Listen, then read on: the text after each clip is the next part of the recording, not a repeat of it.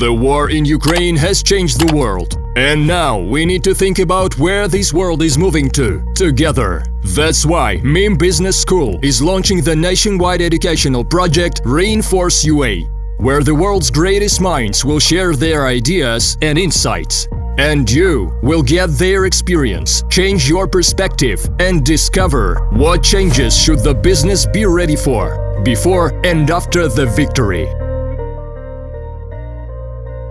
Every week on ReInforceUA.com.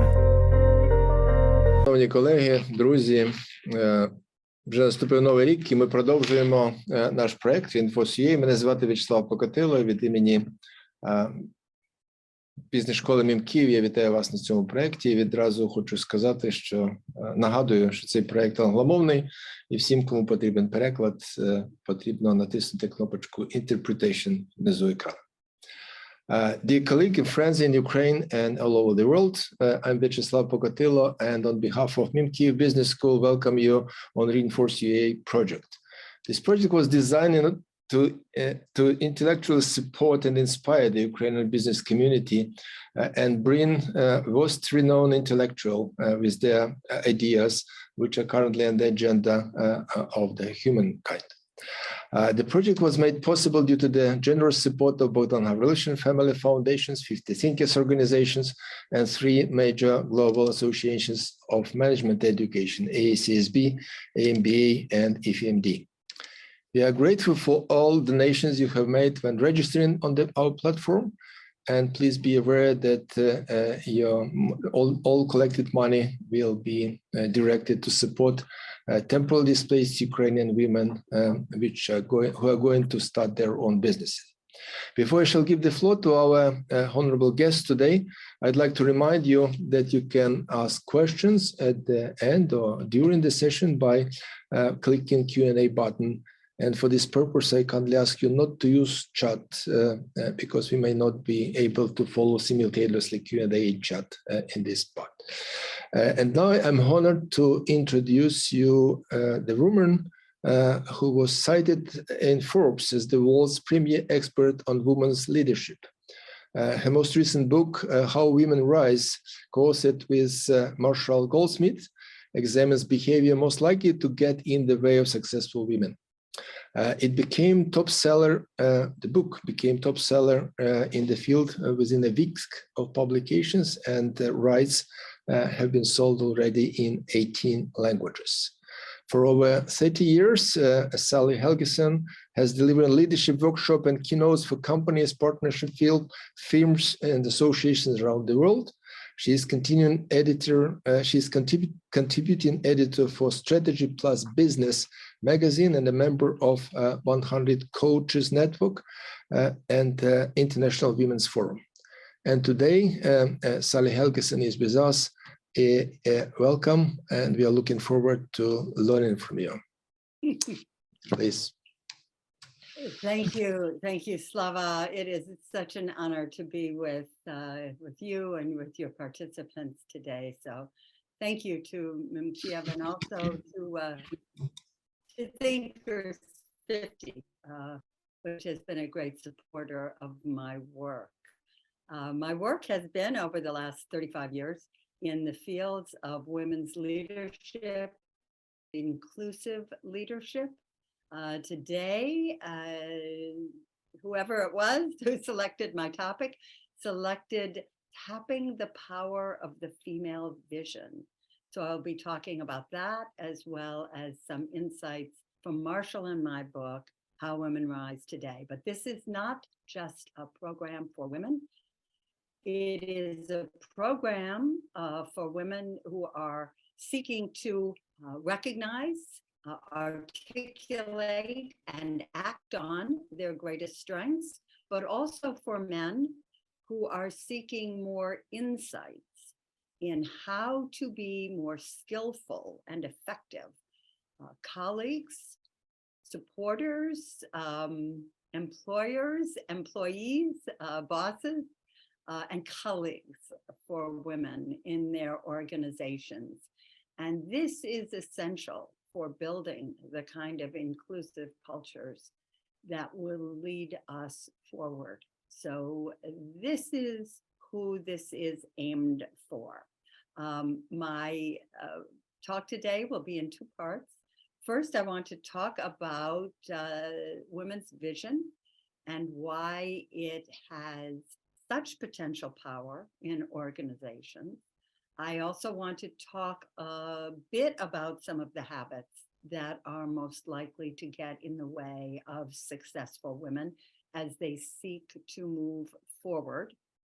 And I like an interactive program, so I will present for about 20 minutes on the vision part, and then I will stop and I will take a question.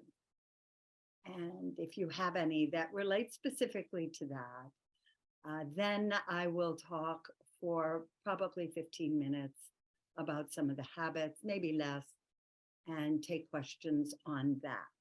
So that will be our format. So please ask questions.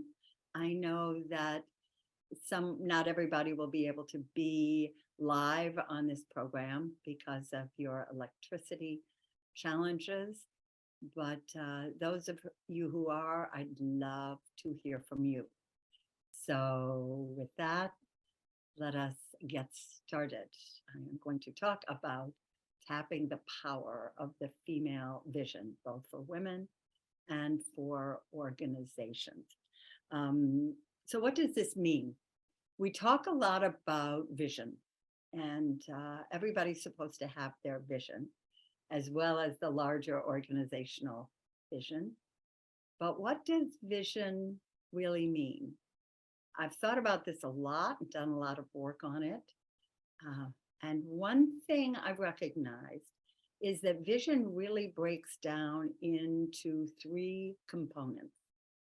There's what we notice, what we value about what we notice, and how we connect the dots or tell a story about why what we notice and value matters in the larger picture. So these are the three components: notice, value, and telling a story about what we notice and value. But the foundation is what we notice. And this matters. This matters because women and men often, very often, but not always, notice differently, notice different things. A partner and I, a number of years ago, did some research with a couple of major universities here in the US. And one of the things we learned is that functional MRIs, that is MRIs that show the brain in operation, reveal differences in how men and women's attention is engaged. The primary one is that women tend to notice a lot of things at the same time. So their attention is engaged like a radar, scanning the environment and picking up clues of different kinds. Whereas men's attention tends to be engaged more sequentially. That is, noticing one thing at a time and focusing deeply. So men's attention is more likely to operate like a laser. So we've got this radar and laser difference. Now, as mentioned, we're all individuals as well as belonging to a gender or that we were either given at birth or identify with. So we all fall at different places along the spectrum. And certainly the circumstances we find ourselves in our jobs, in our communities, can have an impact on this, so that men may develop more radar capacity, women more laser discipline and focus. And I would suggest that war is probably one of these kinds of circumstances. So if that is true, I have no evidence, but if that is true, then I would suggest that that development of both radar and laser focus in the population will probably serve as a great strength for your nation in the future as you rebuild. So just a thought there.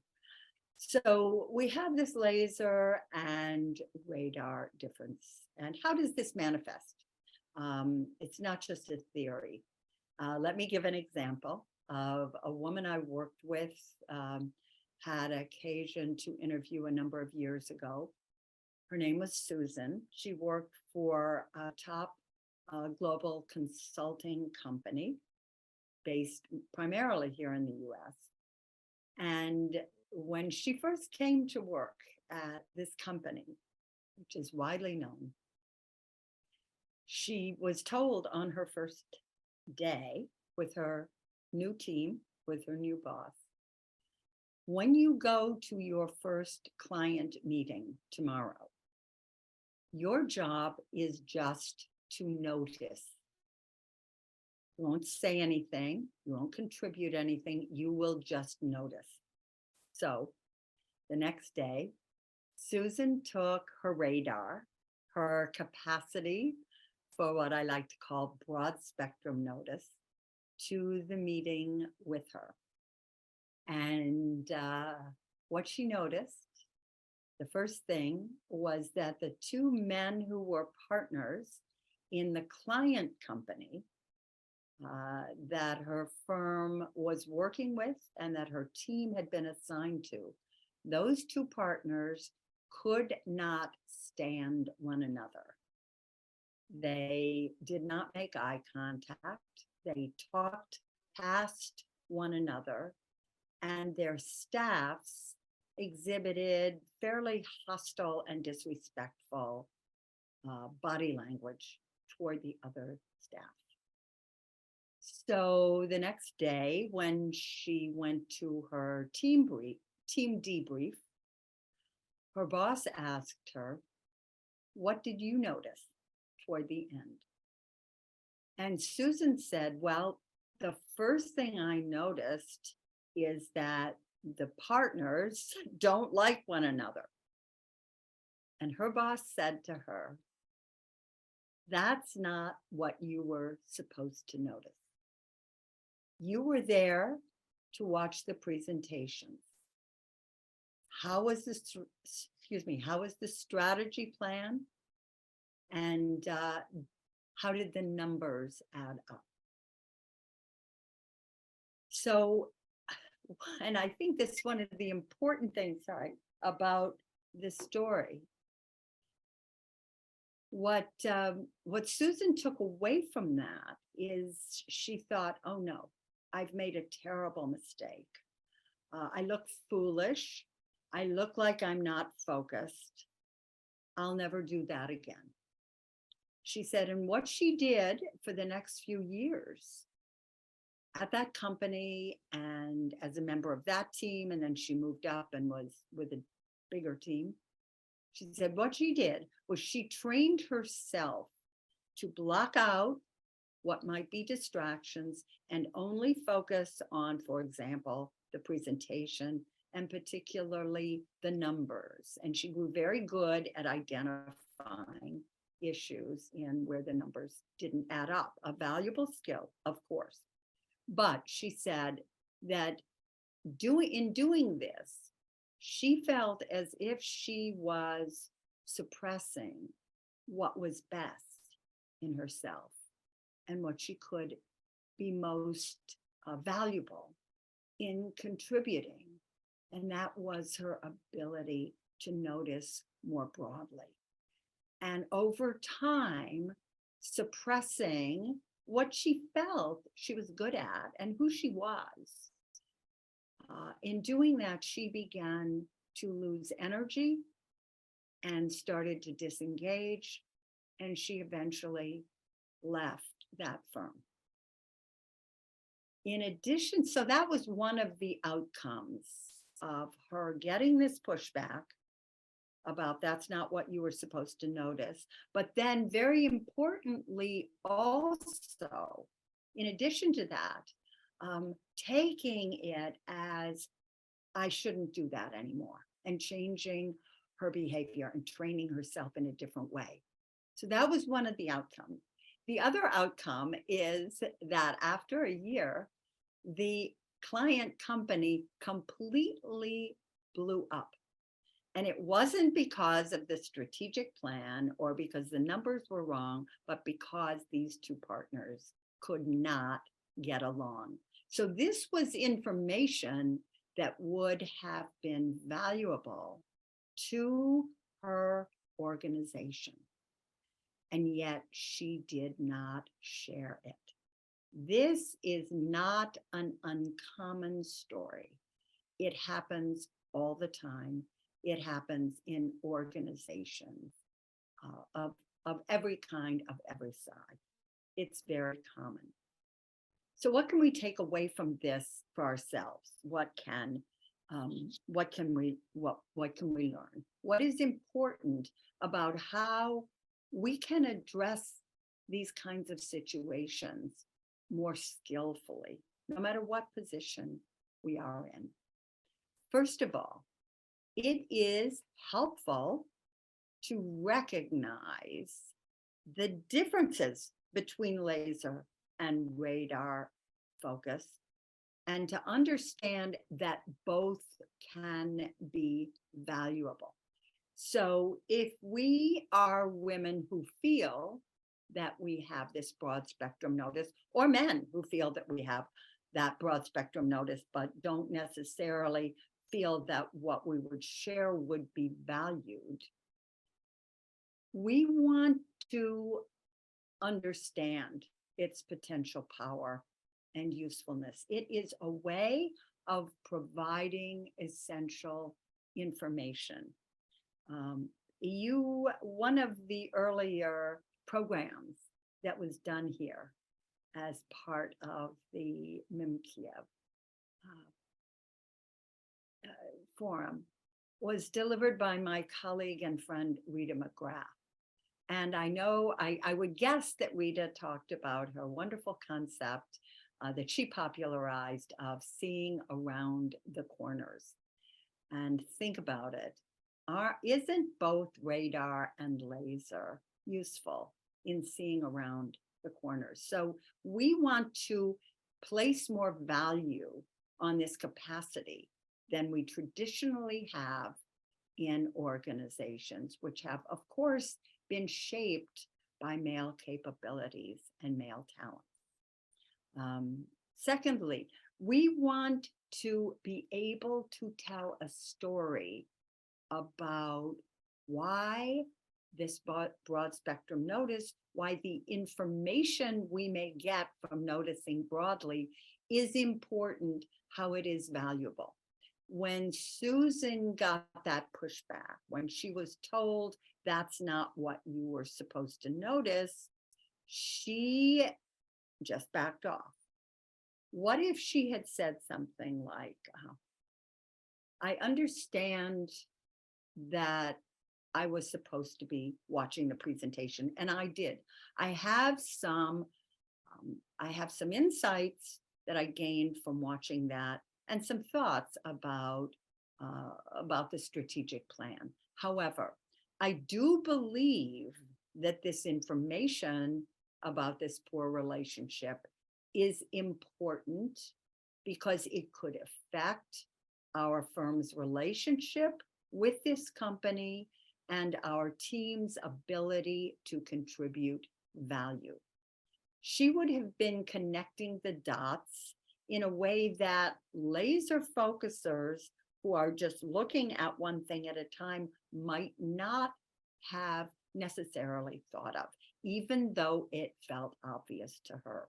So we want to, in addition to valuing this capacity for radar, for broad spectrum notice, we need to be prepared to talk specifically in terms of why it is important, why it can add value to what we are trying to achieve in our organizations or on our teams. Thirdly, if we are cautioned about it, if we get pushback like Susan did, we don't want to back off, and we certainly do not want to back off prematurely. We may eventually conclude, it wasn't that important, but we don't want to back off prematurely. And this is something I did very frequently in my own early career. I backed off. And there's no need for you to make this mistake since we have had this conversation.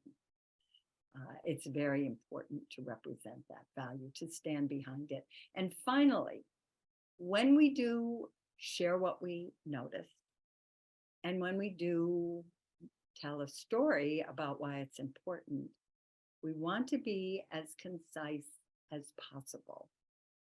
Laser noticers are often impatient, hearing details which can seem to them unimportant or beside the point.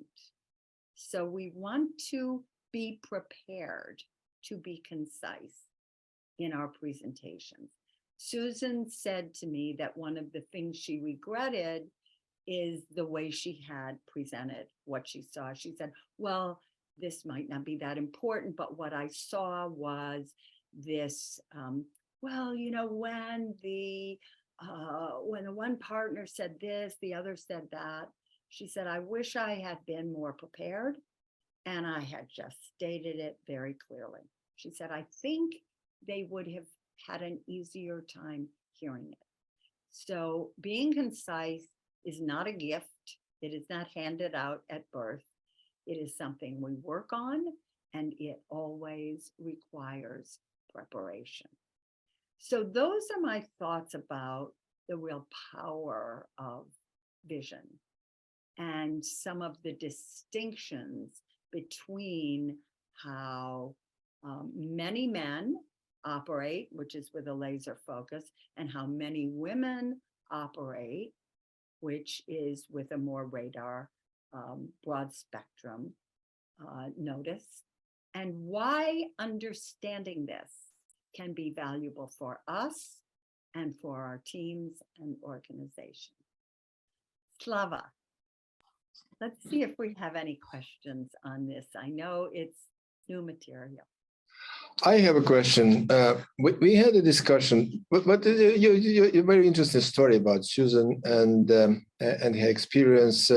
But I understood that at that time she was young, unexperienced, had just started. Don't you think that it is not a matter of people? It's a matter of organization itself to be able to some kind of gain and get this information and select it, rather than to demand from young employees to formulate concisely, right to the point, with a full understanding of the reasons or whatever. So it's more organizational issue rather than individual women and men issue. What do you think? I think it's both, but I think you're very right that it is to some degree an organizational or a cultural issue, that especially when younger people are starting in their career, there is an idea that you are just there to learn and listen, and you don't have anything in particular to contribute. And this is not a good recipe for, number one, developing what younger people's real talents really are. Number two, for engagement. And I work a lot with people who are in the early phases of their career and who often report feeling, even in good organizations, they can't pretty much figure out how to be valued by the people they work with. So that's a source of under-engagement, I would say. And it's a cultural thing, you're exactly right, because we don't have a broad enough way of looking at, what are people's individual talents? How can we help to develop them? And how can we listen, even when a younger person doesn't feel, we can sense they don't feel that confident or that sure about what they're contributing. Susan, by the way, was not that young. She had been in the workplace for about 10 years, and then she went back to get an MBA, after which she joined this consulting firm. So she wasn't someone in her 20s, she was someone in her, certainly in her mid-30s. And that, so that there was that. She was new, and with teams, especially in consulting firms like that, there's often a kind of hazing period, if that makes sense. You also mentioned, it's very interesting about your research, that women see the world differently. They see much more details than men. And in this respect, might be able to contribute to create much broader picture of reality, current reality, and the future reality than men. That's this is a kind of a confirmation bias that people tend to believe in what they see more often or first came to their mind. But I've never thought whether there is some kind of a gender differentiation between confirmation bias in men and women. I can't remember any studies on this respect. And I'd like to know whether you know any studies, really, women, because from what you've said, it follows that women probably tend to have less confirmation bias than men. Do you know about any kind of research on this and how to, but it has any ground? I think that's a really interesting point you raise. I do not know of any research on differences in confirmation bias. What I was really talking about here was the differences in capacity for notice. And yes, you are right. We tend to notice what will confirm what feels important to us, which is a form of confirmation bias. I think that would be a really interesting study. Maybe you are someone who's studying in the field, who's on this call might want to undertake it. I'm not aware of any research, but the research is very strong that women's attention often operates in a different way than men. And what I'm saying is, if organizations could be more open to that, organizations in general tend to privilege a kind of laser focus. Excuse me. Getting over this terrible virus. Organizations tend to privilege focused notice. And if there were more awareness of the difference, there would be more tendency to value that difference and then get more information. And you're exactly right. It would lead to an expanded picture, both of what's happening now, but also of future possibilities, which is why I mentioned Rita's work on seeing around the corners. Excuse me. We have some questions from attendees. I'll translate you the one which is in Ukrainian, then you can see if another one which is in English. Let's reformulate in the following way. Well, culturally, there are probably more troubles, a lot more difficulties, let's make it softer, for men working under the supervision of a woman than vice versa, just because it was not very common before. What would you recommend to men working under supervision of women, under the leadership of a woman? Yes, and you're exactly right. There can be real challenges in this way. And some of it is something we'll be talking about a little bit later, which is the tendency for women to be perfectionistic. And that can make them overly demanding in terms of the people they work with. In terms of if that's not the case, if you're not working with a woman who's overly perfectionistic, which we will talk about, then I would say the important thing is to say, to give her some information, to say, here are what I think some of my skills are. This is the kind of leadership I think would help me most exercise these skills so that I can make the best contribution to the team. What are your thoughts about that?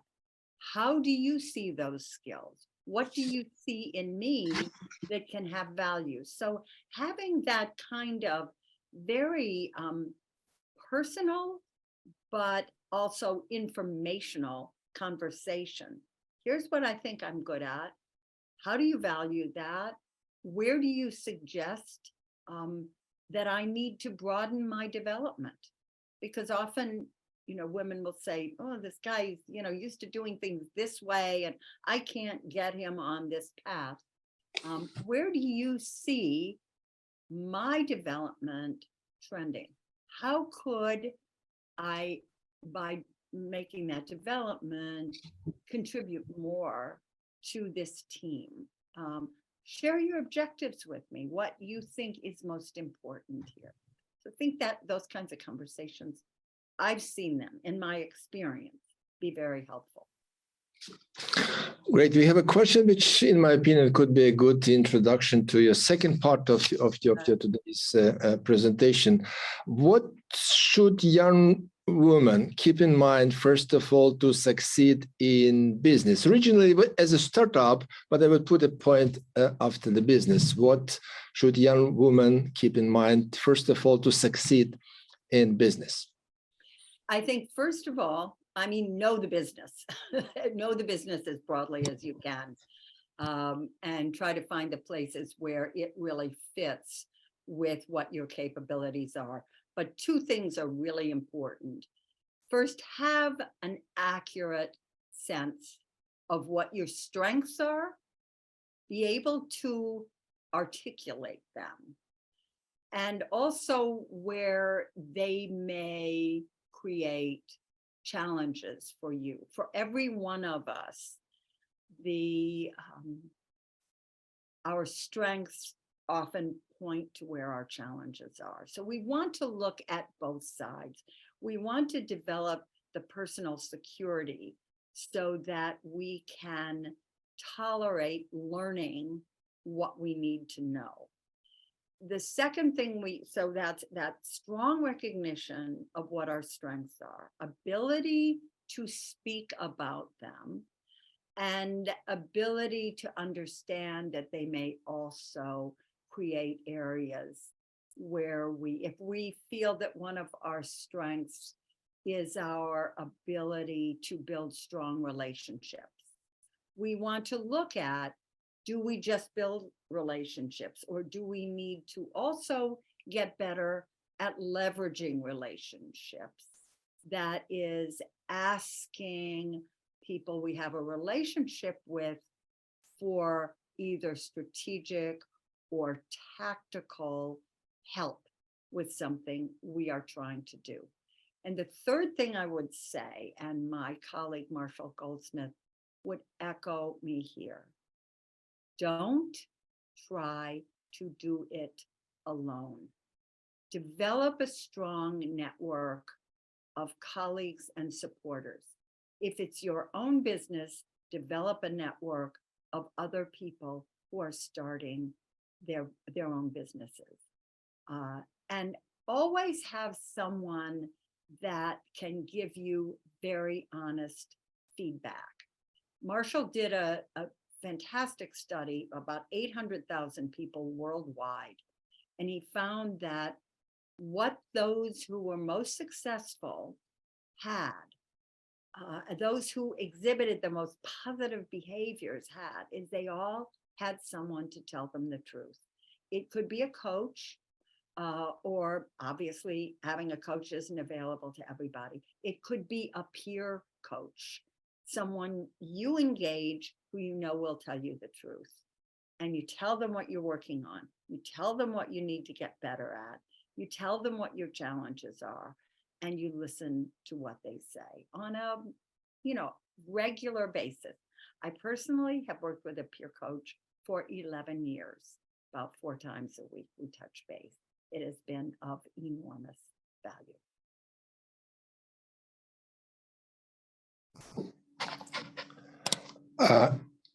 Sally, I believe you can continue a little bit with respect to those recommendations you can make based on your last book.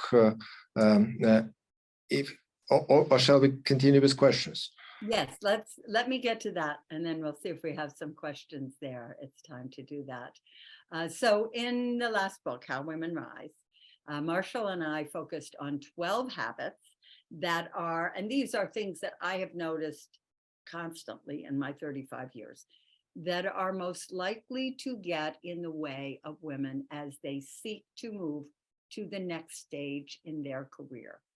Let me talk about 2, and if we have the time, 3, because these are probably 2 of the most, well, definitely 2 of the most common, and I want to emphasize that this applies across culture. And that has been one of my big learnings from How Women Rise, how common these habits are across culture. I've worked with it in Japan, in Brazil, 2 very, very different countries in the Middle East, all over Europe, in Nigeria, since we have Zoom, India, a lot of work in India and Singapore. And China, this book is a big seller. So it is fascinating how common these 12 habits are across the world. But the first one, and this is I look at as a foundational habit, and that is reluctance to claim our achievements.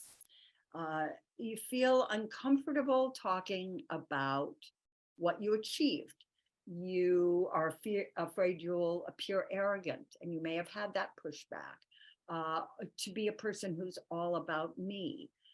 You may have seen it very poorly done, and you don't want to be like that, so you go in the other direction. You may worry, how do you talk about what you achieved when you're supposed to be part of a team?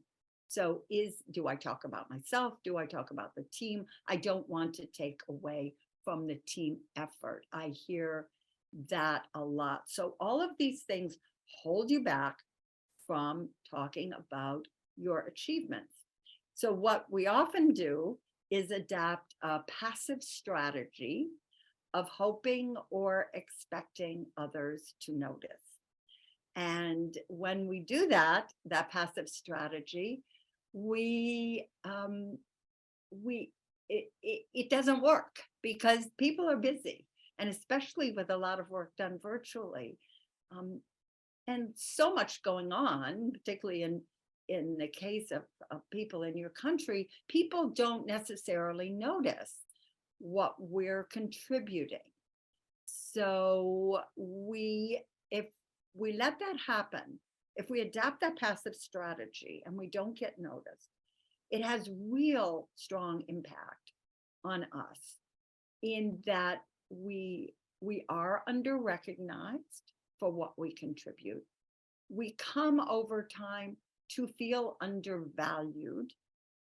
And when we feel undervalued, we often disengage. So we can disengage from jobs that are very good, that are a good fit for us, or careers that are a good fit from us, because we feel so undervalued. So we can't let this happen.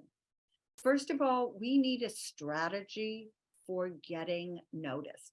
One of the women I worked with had a great strategy when she learned in her performance review that her boss felt she was not connected with enough people. she started sending him an email every Friday morning. Dear Jim, this week I connected with, and then she put 3 to 5 names and signed it. And that was it. That was all she said, just no more than 2 lines, no more than 5 names. She did that every Friday. She never heard from him, but when he saw her, they were not co-located. She was at a different office. But when she saw him 2 months later at a big event, he came right up to her and said, "Thank you for sending me those emails. This is information I need to know. It helps me understand who my team is connected with." And the important word, I believe, in what he said to her was information. It is very helpful for us if we are struggling to figure out how to talk about our achievements in a way that is comfortable for us, not to frame doing that as bragging, but as providing valuable information to whoever we're speaking to, information that they can use. We want to frame it that way to ourselves, and we want to frame it that way to other people. I wanted to let you know that I got this very positive feedback from this customer because I thought it might be able to help you in the training that you're going to be doing for the customer service representatives. So you see what we're doing here is we're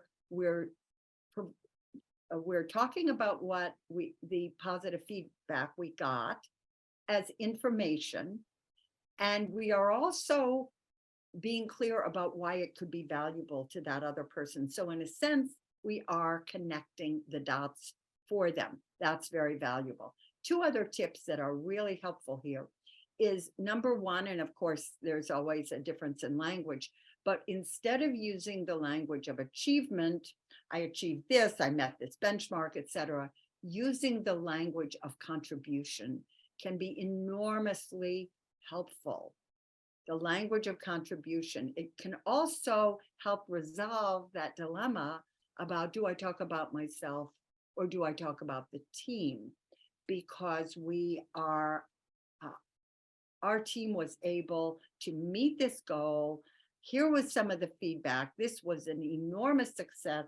Here was the outcome. My contribution was, and you always want to say that, what your contribution was. Number 1, it's valuable information. Number 2, you want to make sure that you get the recognition. So that can be part of your strategy for getting what your contributions are noticed and valued in your organizations. One of the most important things you can do, and something we all really have a responsibility to do, rather than feeling uncomfortable or taking this passive approach. Oh, I think people will notice if I do a great job, or I think people should notice. That's where we don't want to be. Now, so this is very foundational, and I see that all over the world and have for many, many years, that discomfort. And it's not just women. I've certainly seen men who have it, and but it's very important that we find a way to deal with it. The second habit that I'd like to talk about briefly here is the perfection trap, being a perfectionist. Again, something that is very, very widespread. Now, a perfectionist is a person basically who thinks that they are either perfect, succeeding at everything, or they are failing. There is no middle ground, which means to some degree, there's no ground for learning. You either do it perfectly or you're failing. Now, I'm often asked, is this something that is trained into women at home? Is because it's more common in women, and that research shows this. Not my research, but real quantitative research done by academics and universities. But is it something that is trained into women, or is it something we get in school, expectations, etc.? I think that varies by culture. Some cultures are much more perfectionistic in their expectations. of women. But it is also something that organizations, a trap that organizations fall into. A big coaching study revealed that women tend to be rewarded and promoted based on the perception that they are precise and correct in their work. So this is a form of perfectionism in their work, whereas men tend to be rewarded and promoted based upon their connections, their visibility, which is often the result of being able to claim their achievements, either skillfully or not, but definitely claim their achievements. And they're also promoted based upon the perception that they are big picture thinkers. So this perfectionism is important because the big picture thinker is really viewed as being a big picture thinker is viewed as a leadership behavior. But if you're a perfectionist, if you're focused on being precise and correct, it's very hard to be a big picture thinker because you are focused on the details. You're focused on the details. So you are proving essentially that you're not a big picture thinker. And this is one of the reasons that perfectionism, along with another habit, the disease to please, is one that is quite useful often early in our careers, especially for women. You are perceived as precise and correct. So you'll get rewarded and promoted. But when you reach a leadership level or a more senior leadership level, where you have a bigger scope and more responsibility, this becomes a liability, a problem, the perfectionism. Number one, because as we discussed, that overfocus on detail sort of brands you and makes it difficult to be a big picture thinker because you're always trying to I've got to get everything right. Secondly, it makes it difficult to delegate to other people because how can you delegate when your standard is perfectionism? It's hard to trust that others will get it right. So perfectionists often end up taking up the slack for people who work with them because they think, oh, I bet I need to do it myself because then I know it'll be right. So they're taking on too much work, too burdened to do that, and also depriving other people of their chance to develop their skills by learning from their mistakes. We all need to do that. If you're a team leader or an organizational leader and you're a perfectionist, you inhibit learning. So that is a big cost at a higher level. But finally, and I think most noteworthy, is that you create a lot of stress. You create stress for yourself. I know because I've been there. And you create stress for the people around you. I've been doing this work for 35 years, and I have never once heard anyone say, I work for a perfectionistic boss, and I love it. So, Slava, I see you're back. I see it is. You mentioned only two habits, but the rest 10 are available in the book, I believe. And our participants could either wait until the book will be translated in Ukrainian or read it in English right now. That would be a great reading. I strongly recommend. I have a question which actually is somehow inspired by the question of one of our attendees, but I will formulate it in the following way. There are plenty of research that showed that women overperformed men as leaders. And then I will formulate the question. One of the guests of this ReInforceUA project and the article published in Forbes, if this is the case, why women are still not in charge? And there's research that shows that on 9 of 10 benchmarks, women outperform men on 7. The 2 where they don't outperform them are in that big picture, big vision.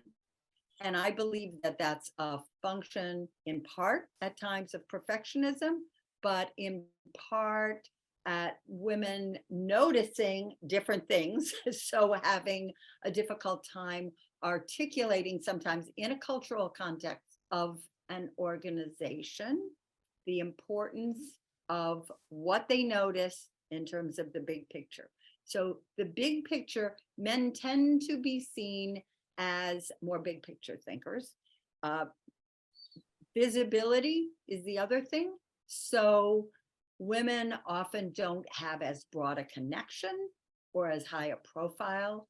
So that is viewed as a leadership behavior. I think there's one other thing, and that is that women, because, and this is not just women, but people who are outside the leadership mainstream, often do not come across quite as confident as men do, or those who are a natural part of the leadership mainstream, as confident even when they make a mistake. Oh, I blew it.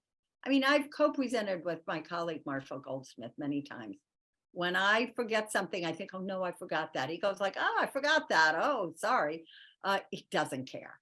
And so that kind of confidence can translate into leaderly behavior. It's not that I think men, and there are a lot of overconfident men out there, by the way, as a wonderful scholar, Tomas Premuzic Chamorro, has shown in his terrific work. But that confidence factor and being able to project real confidence based on your competence is one.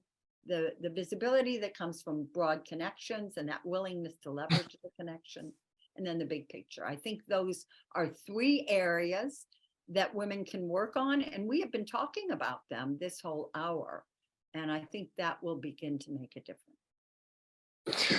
Well, you mentioned that the question was put by Professor Chamorro, Premuzic Chamorro, and his answer, I like, by the way, his answer. His answer on this question, of his own question, was that, you know, the issue is that we make altogether wrong choices.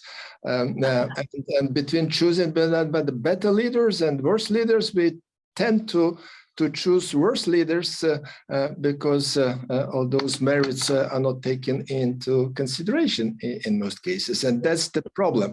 Problem not with women, problem are with men making their own decisions always, and not pointing out about these wrong decisions. I think he doesn't say so much that men make the wrong decisions. He says, and this is brilliant, organizations are very poor at spotting overconfident men. And when we've seen organizations, and we've watched them for years blow up, it's usually there's an overconfident man. You know, occasionally that'll happen with women, but it usually is an overconfident man whose confidence is not rooted in competence. Well, I'm a man, so I can be tougher, telling that, you know, the problem are with men and women are naturally better prepared leaders. There's another issue also followed from a research, and we still have some time to address it. Over the last 40, 50 years, well, it's very hard to not to see the progress made in some kind of freeing the powerful women. They are much more often on the position, on the top position, and much more often engaged. And there are no longer in most part of the world all these discussions whether they're capable or not. All those research you mentioned, etc., etc., etc. Everything objectively creates a better environment for women to succeed. At the same time, women became subjectively less happy. And not only absolute values, but also relative to men. Men became more happier. subjectively, all this research, this happiness index, etc., showed, and there was a study about 10 years ago, showed this correctly. It still seems like men have benefited from let's say, women coming to leadership position and work, while women remain more unhappy or became more unhappy. Can you somehow reflect and comment on this? Yeah, I think that women often have a tougher road. They're still balancing a lot of responsibilities at home. And that resentment can come from that. It can be stirred up by that. So I think that's one of the things. But I think that in my experience, women tend to have less support than men have. And I've tried to stress this the entire time I've been talking. Having support, having a strong network. Now, when you're trying also to manage a family and a home and all these multiple responsibilities, often the first thing that goes is building a support network. So that's in making it all work, you deprive yourself of what you need. We don't, and this is one of the great advantages of the virtual environment, we can build connections without leaving the house. We can use the technologies we have to build stronger and broader connections, so that when we have an issue, when we have a challenge, our first question is, who do I ask about this? Who can I call? And I see women under-supported. I see women under-investing in their personal, their tactical, that is what helps you get through the day, and their strategic networks. So this is, I think, something that has been one of the reasons, trying to do things alone. I've tried it. It's not a happy place to be. We need colleagues to share joys with and to share challenges with. So we must find a way to do that. By the way, in this country anyway, people are getting more and more and more unhappy. So it's happening with men and women. We see a lot of angry men out there. We'll not go deeper into this side. We have some time shortage, but I risk in with the time. You mentioned two important words, virtual and technology. And I immediately thought about a recent discussion about artificial intelligence, which is going to substitute a lot of leaders or I don't know what management position, etc. Not to go deeper. And there are discussions about whether artificial intelligence, because it's mainly built by big international companies populated with white men, will be biased with respect to the races. And I am thinking now whether the artificial intelligence will be biased with respect to the gender, because there are not enough women currently present in this. And any comments of yours in this respect and how to improve the situation will be welcome. Certainly. I've worked with one of the premier companies on the planet, the name known to absolutely every human being, with their senior women in artificial intelligence, which is probably the smartest human beings I've ever met, all with 3 PhDs. And what I find is a great awareness among them and an advocacy within their organizations. This is a big group of women. So that's, I think, what is going to be very important for technology organizations that are developing this, not just to have the engineers who are doing it, but to have an internal think tank of women at this level who are thinking big and able to provide input that is going to understand how privileging works, because that privileging in organization, that automatic assumption of mainstream male values, underprivileges women, but also has an impact on ethnicity and race as well. Well, thank you very much for inspiring conversation and presentations. We have a time running, and I'm in the position to, on behalf of all our attendees and MIM Kyiv, to appreciate your time and to thank you once again for sharing with us your thoughts. And I trust that record of this event will be available and will be seen by many others who could not attend online today.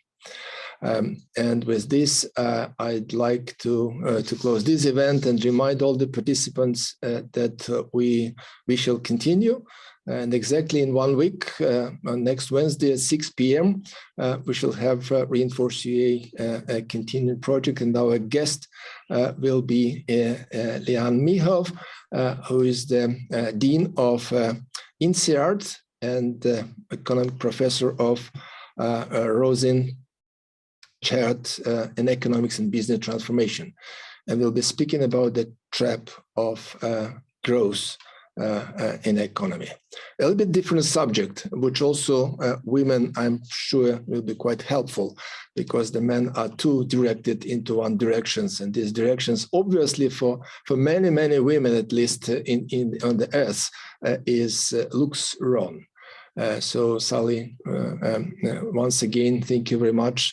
Have a nice day. And we are looking forward to your book being translated in Ukrainian and you being present on this presentation of this book in Kyiv, and the peaceful Kyiv. Thank you again. Thank you, my pleasure. And thank you, Slava, and Slava. The war in Ukraine has changed the world. And now we need to think about where this world is moving to, together. That's why MIM Business School is launching the nationwide educational project ReInforceUA, where the world's greatest minds will share their ideas and insights. And you will get their experience, change your perspective, and discover what changes should the business be ready for, before and after the victory. Every week on ReInforceUA.com.